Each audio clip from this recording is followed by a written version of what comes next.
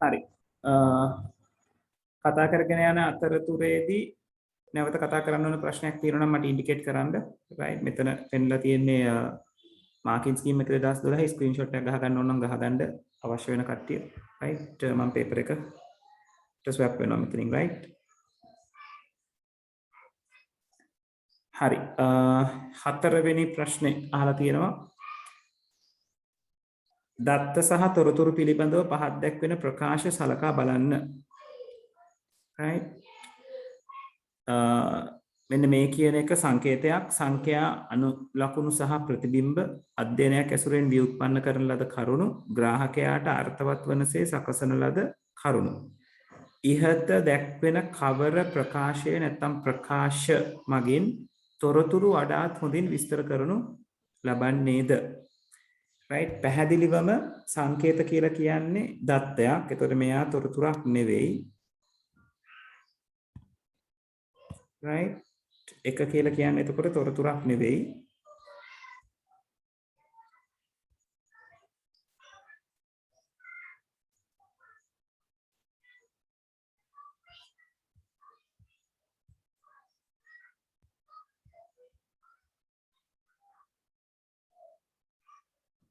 right මේ තියෙන්නේ තොරතුරක් නෙවෙයි පැහැදිලිවම සංඛ්‍යා අනුලකුණු සහ ප්‍රතිබිම්බ.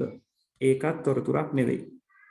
මේගොල්ලෝ අහන්නේ තොරතුර වඩාත් හොඳින් විස්තර කරන්න කියලා. ඒක පැහැදිලිවම එහා බී උත්තරවල තියෙන්න බෑ. එහා බී උත්තරවල තියෙන්න බැරි නම් 4 කියන එක්කෙනා ආස් වෙනවා, 2 කියන එක්කෙනා ආස් වෙනවා, 5 කියන එක්කෙනා ආස් වෙනවා. පළවෙනි එක සහ තුන්වෙනි එක තමයි ඉදිරිපත් වෙන්නේ.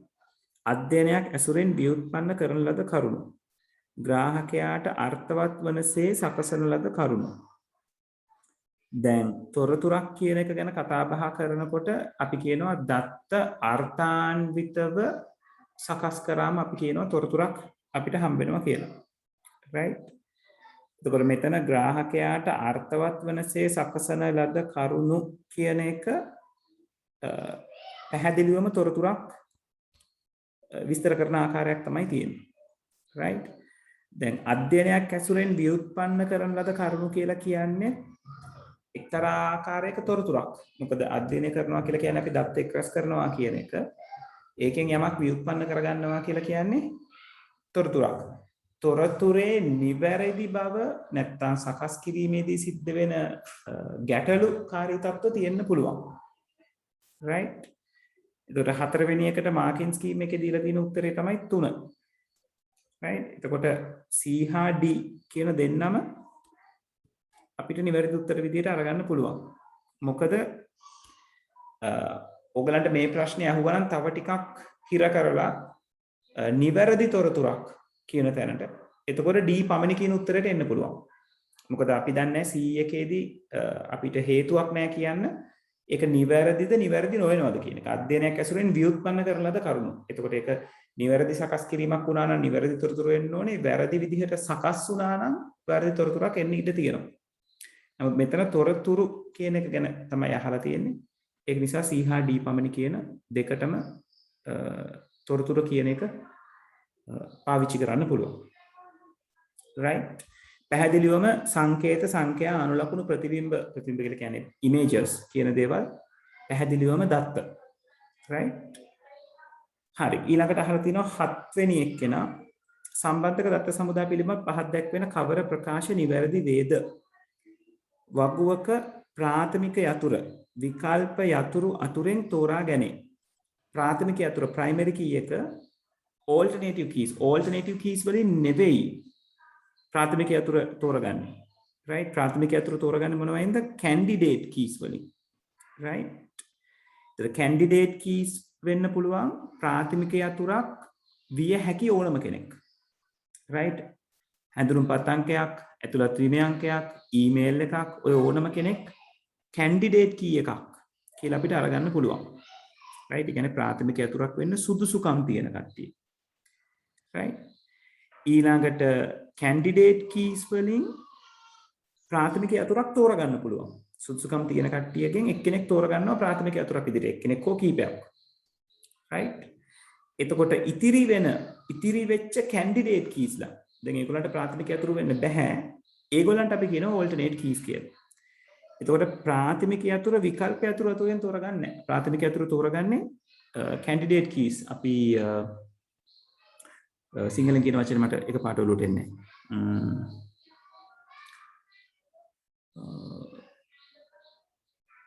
මතක කරලා කියන්න. right?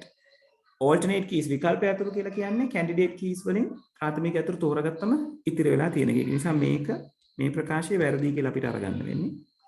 වගුවක අන්‍ය යතුරක් foreign key එකක් සඳහා අගයන් අනුපිටපත් කිරීම කළ නොහැකිය. foreign key එකක data duplicate වෙන්න බෑ කියලා කියනවා. ඒක එහෙම නෙවෙයි නේද? foreign key එක data duplicate වෙන්න පුළුවන්.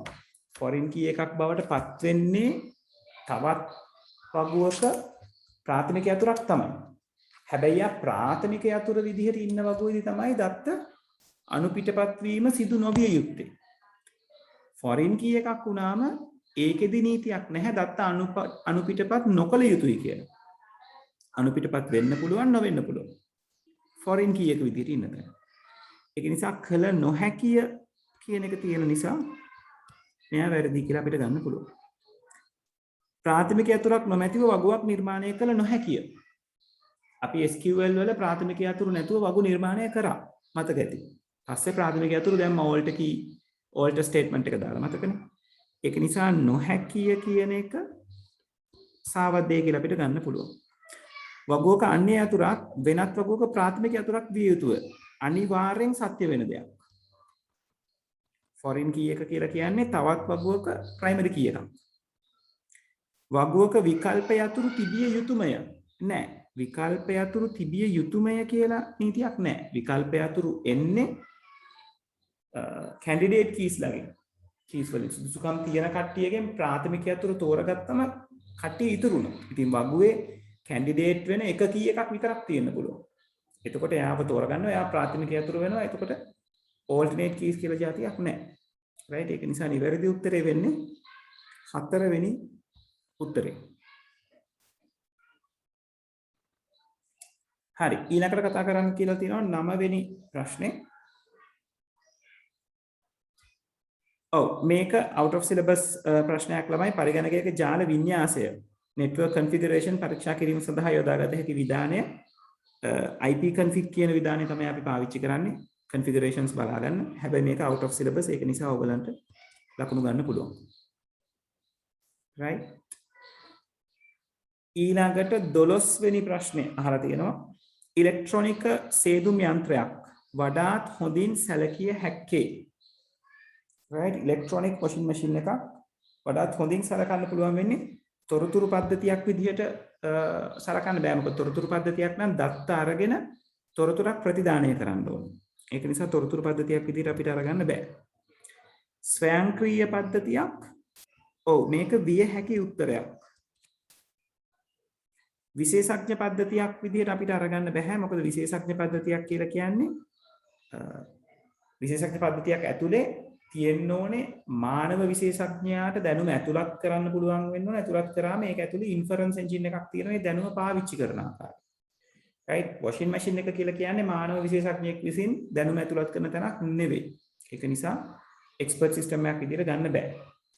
කළමනාකරන උපකාරක පද්ධතියක් management supportive system එකක් නෑ. මේකේ manage කිරීම සඳහා අපිට භාවිතයක් වෙන්නේ නෑ. right? යමක් කළමනාකරණය කර ගැනීම සඳහා ඒක ගොඩක් වෙලාවට organization එකක තියෙන දත්ත සහ තොරතුරු කළමනාකරණය ගැනීමක්. ධනදෙන සැකසුම් පද්ධතියක් විදිහට එන්නේ නැහැ. transaction processing system එකක කරන්නේ ආයතනයක තියෙන ගනුදෙනු වලට අදාළව දත්ත සහ තොරතුරු handle කරන එක. ඒක සිද්ධ වෙන්නේ නැහැ. එහෙන් බලන් ගියාම වඩාත් සුදුසු උත්තරේ විදිහට අපිට ගන්න වෙන්නේ දෙවෙනි point එක. ස්වයංක්‍රීය පද්ධතියක් විදිහට automated system එකක් විදිහට. ඊළඟට 13 වෙනි එක කතා කරලා තියෙනවා. මේක ඩිරෙක්ට් අහලා තියෙන ප්‍රශ්නයක් ළමයි. HTML ලේඛනයක කමෙන්ට් එකක්. ඒතර කමෙන්ට් එක පැහැදිලිවම තියෙන්නේ දෙවෙනි එකේ. මේ තියෙන HTML කමෙන්ට් එකක් ලියන විදිහ. angle bracket එකක්, exclamation mark එකක්, dash දෙකක් පටන් ගන්නවා. ඊට පස්සේ අපිට අවශ්‍ය කෝඩ් එක ලියන්න පුළුවන්. කෝඩ් එක නෙමෙයි අපිට අවශ්‍ය දේ ලියන්න පුළුවන්. ඊට පස්සේ double dash angle bracket එකකින් කමෙන්ට් එක කමෙන්ට් කරනවා කියන්නේ ලිමිට් කරනවා. right? එතකොට පැහැදිලිවම 13 වෙනි ප්‍රශ්නට අදාළ උත්තරය වෙන්නේ 2. right? හරි. ඊළඟට අහලා තියෙනවා 16 වෙනි ප්‍රශ්නේ.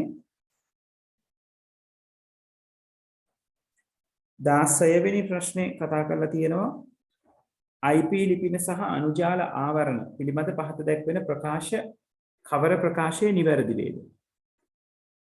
එතකොට මෙතන අහලා තියෙනවා 192යි 248යි 32යි 3 යනු B පන්තියේ IP ලිපිනය කී. දැන් මේ තියෙන්නේ අර මම IP ලිපින කතා කරනකොට ළමයි ප්‍රශ්නයක් එන්න පුළුවන් ආකාරයක් ගැන මම කතා කරා. දැන් මෙතන 192 කියන අගේ පාවිච්චි කරලා තියෙන්නේ. මෙයා කොයිම අවස්ථාවකවත් B පන්තියේ වෙන්න බෑ. මොකද ඔව් සහන් සාපේක්ෂව මේවා ලේසි. right? එතකොට 192 කියලා කියන්නේ නේද අපි ක්ලාස් වලට එන්න ඕන රේන්ජස් ටික මතක් කරගත්තොත් බිඳුවේ ඉඳලා 127ට එන්න ඕනේ ක්ලාස් A එකක් වෙන්න නම් වීමේ හැකියාවක් තියෙනවා බිඳුව 127 නම් right? හරියට මම 15ක් කරන්න. right? ඊළඟට 128යි 191යි අතර පළවෙනි ඔක්ටෙට් එකේ වැලියු එක තියෙන්න ඕනේ ක්ලාස් B වෙන්න නම් 192යි 223යි අතර තියෙන්න ඕනේ ක්ලාස් C වෙන්න නම් 224යි 239යි අතර තියෙන්න ඕනේ ක්ලාස් B වෙන්න නම් 240යි 255යි අතර තියෙන්න ඕනේ ක්ලාස් E වෙන්න නම් right? ඒකට පැහැදිලිවම 192 කියන අගය ක්ලාස් C වලට අයිති වෙන්න පුළුවන් කෙනෙක් එයා කෙසේවත් ක්ලාස් B පැත්තට යන්න බෑ. right? ඒතර මේක වැරදි. පැහැදිලිවම වැරදි. 255 248 අනුජාල ආවරණයක් සහිත ජාලයකට සත්කාරකයන් 6 දෙනෙකුට පහසුකම් සැලසිය හැකිය. 248 කියලා කියන්නේ 255 වෙන්න තව කීයක් අඩුද කියන එක අපි හොයාගත්තා නම් හරි. දැන් මේ කියලා තියෙන IP address එකේ සත්කාරකයන් ගාන ගැන හොයාගන්න නම් host ID එකේ bit ගාන හොයාගන්න ඕනේ. host ID එකේ bit ගාන හොයාගන්න නම් අපිට subnet mask එක දිගහැරලා බලන්න වෙනවා. ඒක subnet mask එක තියෙන්නේ 255.255.255.248. ඒතර මේක දිගහැරියම right සහන් 17ක් කරමු. මෙයාව දිගහැරියම 255ට හම්බ වෙනවා එකේ ඒවා 8ක්. දෙවෙනි 255ට එකේ ඒවා 8යි. තුන්වෙනි 255ට එකේ ඒවා 8යි. 248 හැදෙන්නේ එකේ ඒවා 5කින්. right?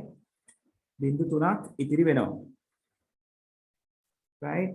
හේතුව 128යි 64යි එකතු වුණාම 192යි 192යි 32යි එකතු වුණාම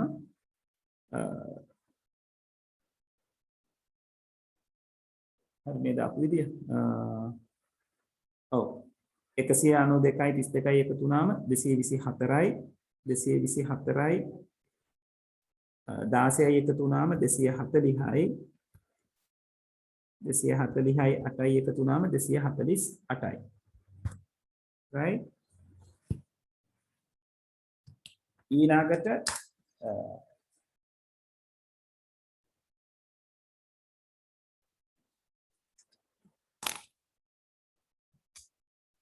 එතකොට මෙයාගේ net ID එක කියලා එහෙනම් අපිට අරගන්න වෙන්නේ කවුද? මෙන්න මේ එකේ ඒවා කොටස. මේ ටික net ID.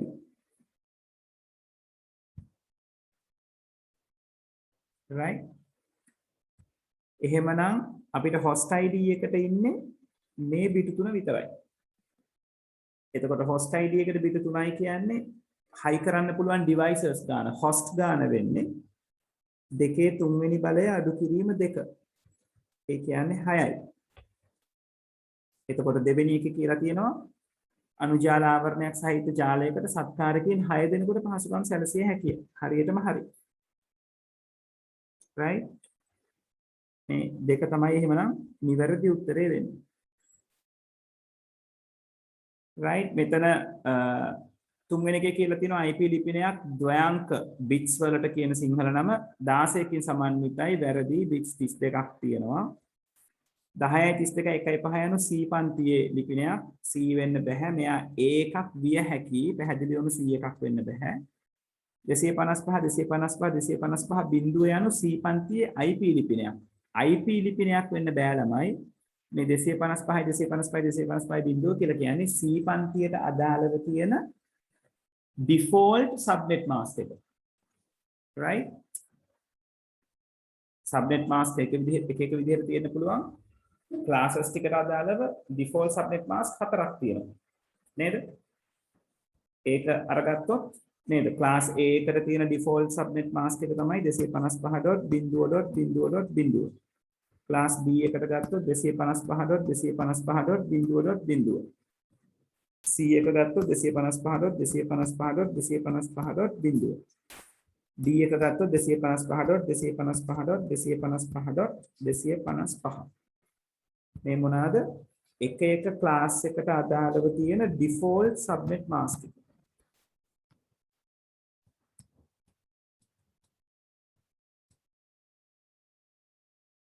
right එතකොට 255යි 255යි 255යි බිඳුව කියන්නේ class C එකට අයිති කෙනෙක් C එකට අදාළ default subnet mask එක right හරි එතකොට ඒක නිසා පස්වෙනි උත්තර වැරදි කියලා අපිට ගන්න වෙන්නේ තප්පරකින් ළමයි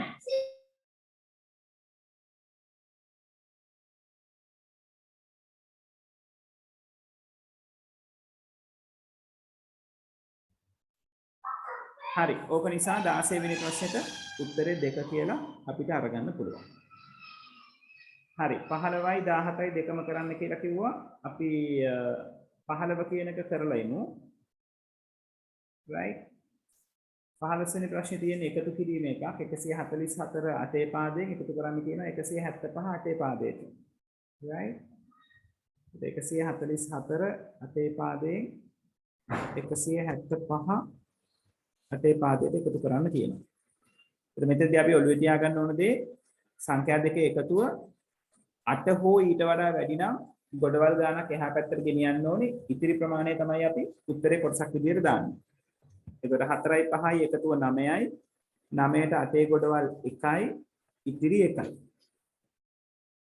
4යි 1යි 5යි 7යි 12යි. 12ට 8 ගොඩවල් 1යි ඉතිරි 4යි. එකේව තුනක් එකතු වුණාම 341යි. ඒක නිසා උත්තරේ වෙන්න ඕනේ 341යි 8 පාදෙන්. right? එතකොට හරි උත්තරේ වෙන්නේ දෙවෙනි උත්තරේ. right? ලියා ගන්න අවශ්‍යයි ඉන්නවනම් ඔය කොටස් දෙක ලියා ගන්න මම විනාඩියක් දෙන්නම්. ඊට පස්සේ 17 වෙනි එක කතා කරමු.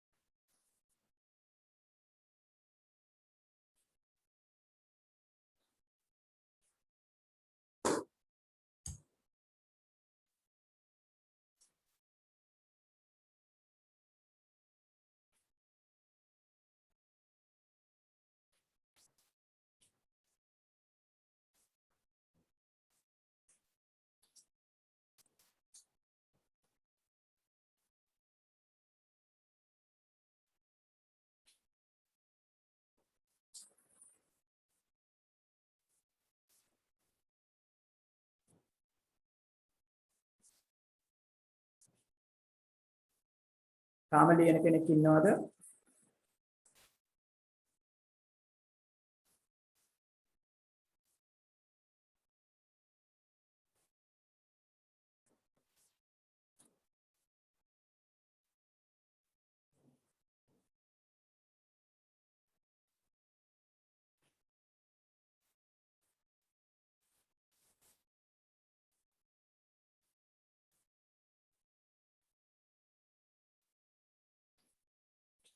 හරි 17 වෙනි ප්‍රශ්නේ අරගත්තම වැරදි මේකට අහලා තියෙන network layer එකේ සිද්ධ වෙන දේවල් මොනවද කියන්නේ right network layer එකේ සාමාන්‍යයෙන් සිද්ධ වෙන දේ තමයි best route එක ඒ කියන්නේ හරියටම යන්න ඕන පාර මොකක්ද කියලා decide කරගන්න එක සහ දත්ත ප්‍රවාහනය කරන එක data transport කරන එක ගැන වග කියන එක සහ logical to physical address mapping තාර්කික යොමුව භෞතික යොමුවක් බවට පරිවර්තනය කිරීමේ කියන කාර්යය සිද්ධ කරගන්නවා networking වලට අදාළව right එතකොට මෙතනදී පළවෙනි එක්කෙනා කියලා තියෙනවා වැරදි නිවැරදි කිරීම ඒ කියන්නේ error correction right ඒක සිද්ධ වෙන්නේ data link layer එකේදී right මේක සිද්ධ වෙන්නේ data link layer එකේදී right ඊට පස්සේ අන්තර් ක්‍රියාවලි සංවේදනය inter process communication මේකට අපි කියනවා process to process communication එක කියලා මේක සිද්ධ වෙනවා transport layer එකේදී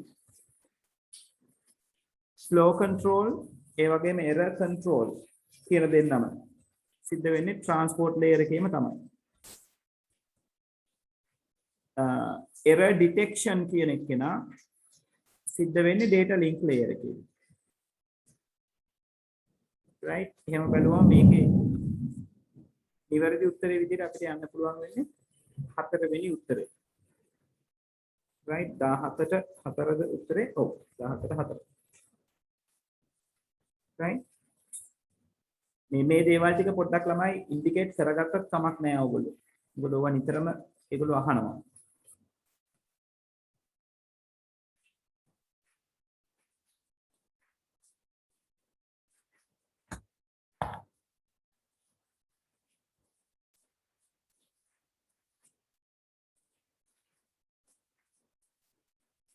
right 18 ප්‍රශ්නය අහලා තිනවා ස්වයංක්‍රීය ගුවන් ගමන් පාලන පද්ධතියක් සඳහා වඩාත්ම සුදුසු මෙහෙයුම් පද්ධති වර්ගය. ඔව් ස්වයංක්‍රීය ගුවන් ගමන් පාලන පද්ධතියක්. මෙතන සිස්ටම් එක ගැන අපිට අයිඩියා එකක් එන්න ඕනේ. මෙයා ඔටෝමේටඩ් ඒ වගේම ගුවන් ගමන් පාලනය. ඒ කියන්නේ රියල් ටයිම් සිද්ධ වෙන ක්‍රියාවලියක් තියෙනවා. right ඒක නිසා මේකට ගැලපෙන්නේ රියල් ටයිම් ඔපරේටින් සිස්ටම් එකක්. right බහුපරිශීලක බහුකාර්ය වෙන්න ඕනේ right තනි පරිශීලක බහුකාර්ය කියන එකට වඩා බහුපරිශීලක බහුකාර්ය multi user multitasking විය යුතුයි ඒ වගේම මේක real time විය යුතුයි real time කියන එක තමයි ඕකේ වැදගත් point එක වෙන්නේ right ඒක නිසා තුන්වෙනි එක උත්තරේ විදියට ගන්න පුළුවන් 19 අහලා තියෙනවා 10 මොඩියුලස් 3 යන Python ප්‍රකාශය ඇගීමෙන් ප්‍රතිඵලය කුමක්ද? මේ මොඩියුලස් එකෙන් කරන්නේ ඉතුරු අගය අපි අරගන්න එක නේද? ඒතන කියන්නේ 10 3ෙන් බෙදලා ඉතුරු අගය කීයද? 10 3ෙන් බෙදුවම 3යි 3 වරක් 3 9යි ඉතිරි 1යි. right? ඒත් මෙන්න මෙයා ගැන තමයි මොඩියුලස් ඔපරේටර් එක උත්තරේ දෙන්නේ. ඒකට උත්තරේ වෙන්නේ 2යි. right ඔයාට මේ උත්තරේ ගන්න අවශ්‍ය නම් මේ 3 කියන උත්තරේ ගන්න අවශ්‍ය නම් ඒකට ඕන වෙන කෝඩ් එක තමයි 10 flow division 3 right 10 flow division 3 කියලා දුන්නොත් ඒ කියන්නේ බෙදීමේ ලකුණු දෙකක් එක්ක දුන්නොත් උත්තරේ එන්නේ 3යි right 10 modulus 3 කියලා දුන්නොත් උත්තරේ එන්නේ 1යි 10 divide 3 කියලා දුන්නොත් වාට එනවා 3.3.3යි. ඔය විදිහේ උත්තරය. right ඒක නිසා මේ ඔපරේටර්ස් වල වෙනස හරියට අඳුන ගන්න.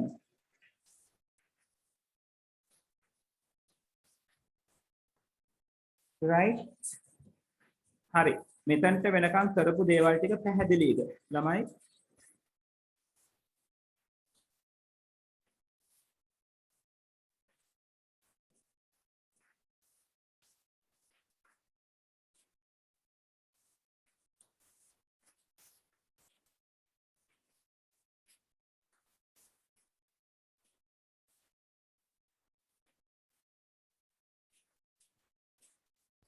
ඔව් ළමයි පැහැදිලිද?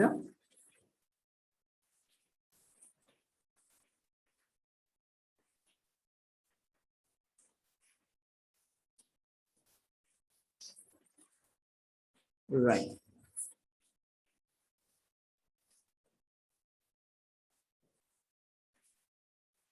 හරි. මේක ලියා ගන්න අවශ්‍ය නම් විනාඩියක් තරම් ලියා ගන්න. මම ඉන්නවා.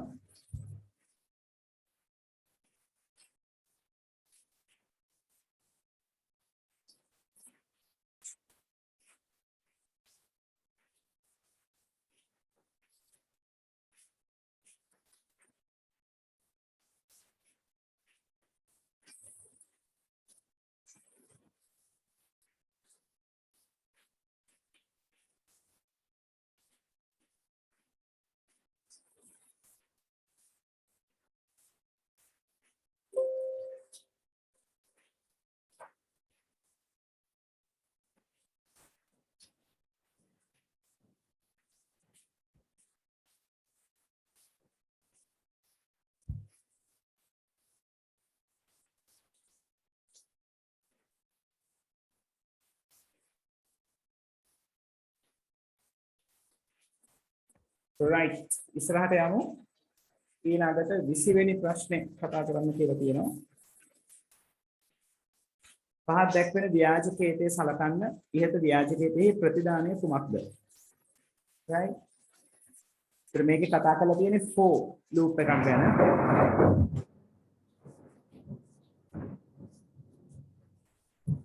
තමයි මගේ පැත්තේ විතරේ කොටනවා මම ආරක්ෂිතව ඉන්නේ. ඕගොල්ලෝ ආරක්ෂිතව නෙවෙයි නම් ඉන්නේ. ඒක ගැන වහම පියවරක් ගන්න ළමයි. right. එහෙම කියලා ඩිස්කනෙක්ට් වෙන්න අවශ්‍ය නැහැ. ෆෝන් එකෙන් කම්පියුටර් එකක ෆෝන් එක කරන් ඉන්නේ ෆෝන් එක ඈතින් තියාගෙන වැඩෙත් එක්ක එකතු වෙලා ඉන්න. කම්පියුටර් එකක් නම් තියෙන්නේ. ලැප්ටොප් එකක් නම් තියෙන්නේ. ඒ ගැන පරිස්සමට කටයුතු කරන්න. right.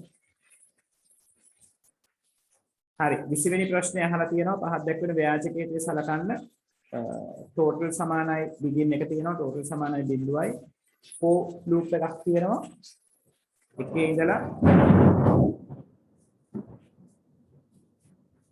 10 දක්වා අවුට් කරන්න තියෙනවා right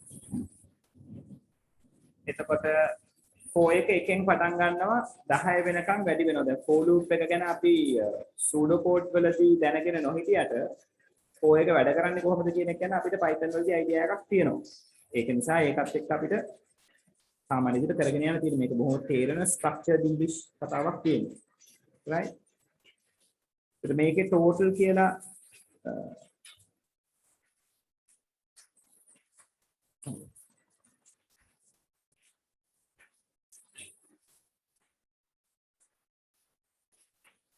right total කියන variable එක තියෙනවා ඒක අරගන්න පුළුවන් hand tracing වල පළවෙනි line එක විදියට total බිඳුවයි count එක 1 to 10 කියලා තියෙන. ඒ කියන්නේ count එක පටන් ගන්න එකෙන්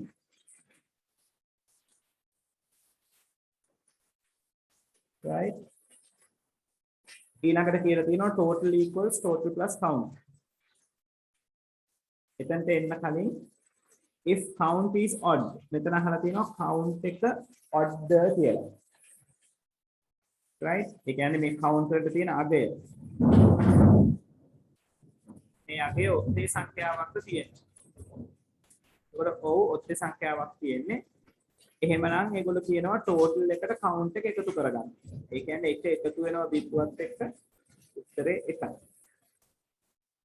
right ඊට පස්සේ end if වෙනවා next count කියලා කියන්නේ 1 2 බවට පස් වෙනවා ඊළඟට නැවත යනවා මෙතනට මොකද next count එක වැඩි වෙන්නේ මේ 4 count එකේ කියලා තියෙන මේ range එක ඇතුලේ එකේ ඉඳලා 10 වෙනකම් ඒතකොට count එක 2 වුණාම ඊළඟට තියෙන එකට යන්නේ ඒකෙන් බලනවා if count is odd count එක odd කියලා මේ count එක odd නැහැ ඒක නිසා මෙතනට එන්නේ නැහැ කෙලින්ම next count එක ගාවට එනවා. එතකොට මෙයා 3 බවට පත් වෙනවා. පත් වුණාම නැවත ආයෙසරයක් මෙතන ගිහිල්ලා චෙක් කරනවා. කවුන්ට් එක ඔඩ්. ඔඩ් නම් මොකද වෙන්නේ? දැන් මෙයා සිද්ධ වෙනවා. ටෝටල් එකට කවුන්ට් එක එකතු වෙනවා. 1ට 3 එකතු වෙනවා. ඒ කියන්නේ 4 බවට පත් වෙනවා. ඊට පස්සේ 3 4 බවට පත් වෙනවා. කවුන්ට් එක එකකින් වැඩි වෙනවා. එහෙම වෙන්නේ කොතනින්ද? මේ තියෙන ලයින් එක. right? එතකොට 4 ආවයින් පස්සේ කවුන්ට් එක ඔඩ් වෙන්නේ නැහැ. right? ඒක නිසා මේක සිද්ධ වෙන්නේ නැහැ. කෙලින්ම කවුන්ට් එක එකකින් වැඩි කරගන්නවා. right? දැන් කවුන්ට් එක 4 තිබ්බ එක 5 වෙනවා. නැවත උඩට යනවා. චෙක් කරනවා කවුන්ට් එක ඔඩ්ද කියලා. කවුන්ට් එක ඔඩ්. එහෙනම් ටෝටල් එකට එකතු කරගන්න ඕනේ. 4යි 5යි 9 බවට පත් වෙනවා. ඊට පස්සේ එන්ඩිෆ් වෙනවා. ඊළඟ කවුන්ට් එකට එනවා. ඒ කියන්නේ 5 6 බවට පත් වෙනවා. ඊළඟට next count එකට sorry ඊළඟට ආයෙ ගිහලා ඉස්සර බලනවා count එක odd කියලා. count එක odd නෙවෙයි. right? ඒක නිසා මෙතන සිද්ධ වෙන්නේ next count එකට යනවා. 6 7 බවට පත් වෙනවා. නැවත ගිහිල්ලා if condition එක බලනවා. count එක odd. එහෙනම් මෙයාව සිද්ධ වෙන්න ඕනේ 7ට 9 එකතු වෙනවා. 7යි 9යි 16යි. right? ඊළඟ count එකට යනවා 7 8 බවට පත් වෙනවා. 8 ගියාම count එක odd නෙවෙයි. ඒක නිසා මේක සිද්ධ වෙන්නේ නැහැ. count එක එකකින් වැඩි වෙනවා. count එක 9 බවට පත් වෙනවා. count එක 9 වුණාම මෙතන තියෙන count එක odd. එහෙනම් නැවත වතාවක් මෙයාව සිද්ධ වෙන්න ඕනේ. 9යි 16යි 9යි 25 කියලා ගේ එනවා. ඊට පස්සේ count එක එකකින් වැඩි වෙනවා. count එක 10 වෙනවා. 10න් ගිහිලා බැලුවම count එක තාම odd නෙවෙයි. ඒක නිසා මේක සිද්ධ වෙන්නේ නැහැ. next count එකට ආවම count එක 11 වෙනවා. 11 වුණාම iterate වෙන එක නතර වෙනවා. ඊට පස්සේ මේක කියලා තියෙනවා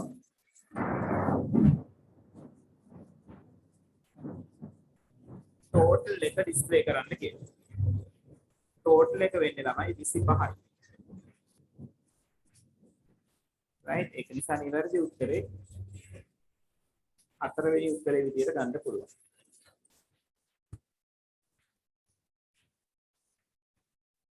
හරි.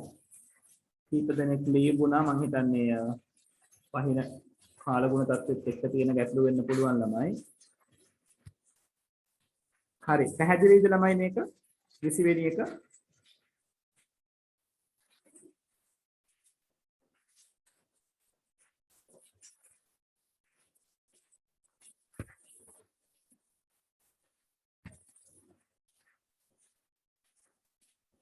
right.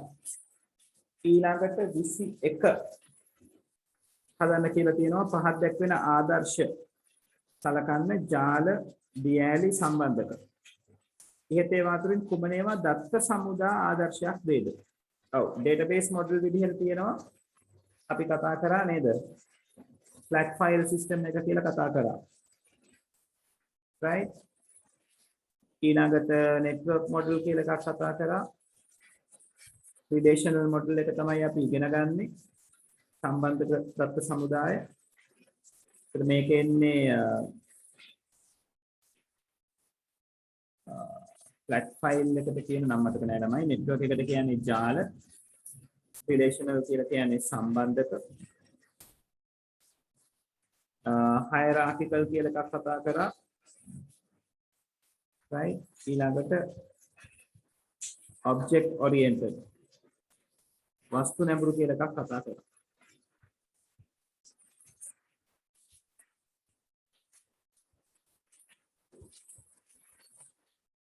right? එතකොට network model එකයි relational model එකයි කියලා කියන්නේ DBMS model. waterfall model එක කියලා කියන්නේ DBMS නෙවෙයි. මෙයා SDLC. System Development Life Cycle. පද්ධති සංවර්ධන ජීවන චක්‍ර මොඩල් එක. ඒ උත්තරේ වෙන්නේ A හා C පමණි කියන උත්තරේ.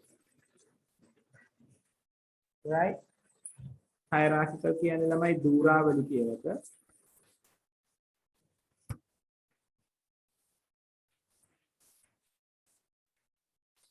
right චමත් කමක් නැහැ. disconnect වුණාට කමක් නැහැ පුතේ. ඔව්. හරි පොඩ්ඩක් කාලෙකට ගත්තා නම් එච්චර හොඳක් නෑ ළමයි ටිකක් හයියෙන් විදුලි කොටන තත්ත්වයක් තියෙන්නේ. සාමාන්‍ය චමත් disconnect වෙන්න මාතව ප්‍රශ්නයක් දෙකක් ඉස්සරහට ගිහිල්ලා ඊට වැඩි තත්ත්වයේ භයානක වුණොත් මම කතා බහ ඩිස්කන්ටිනියු කරනවා. ඉන්දුවරි චමත් මොකද ඔය පැත්තේ තත්ත්වේ?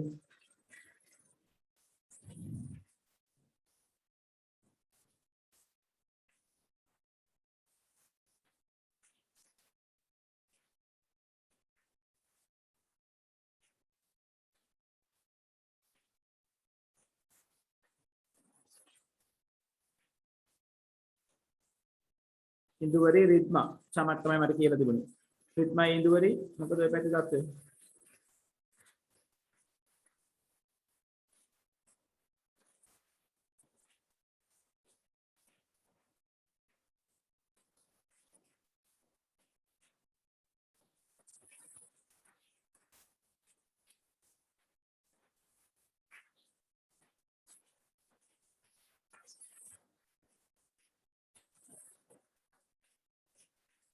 හරි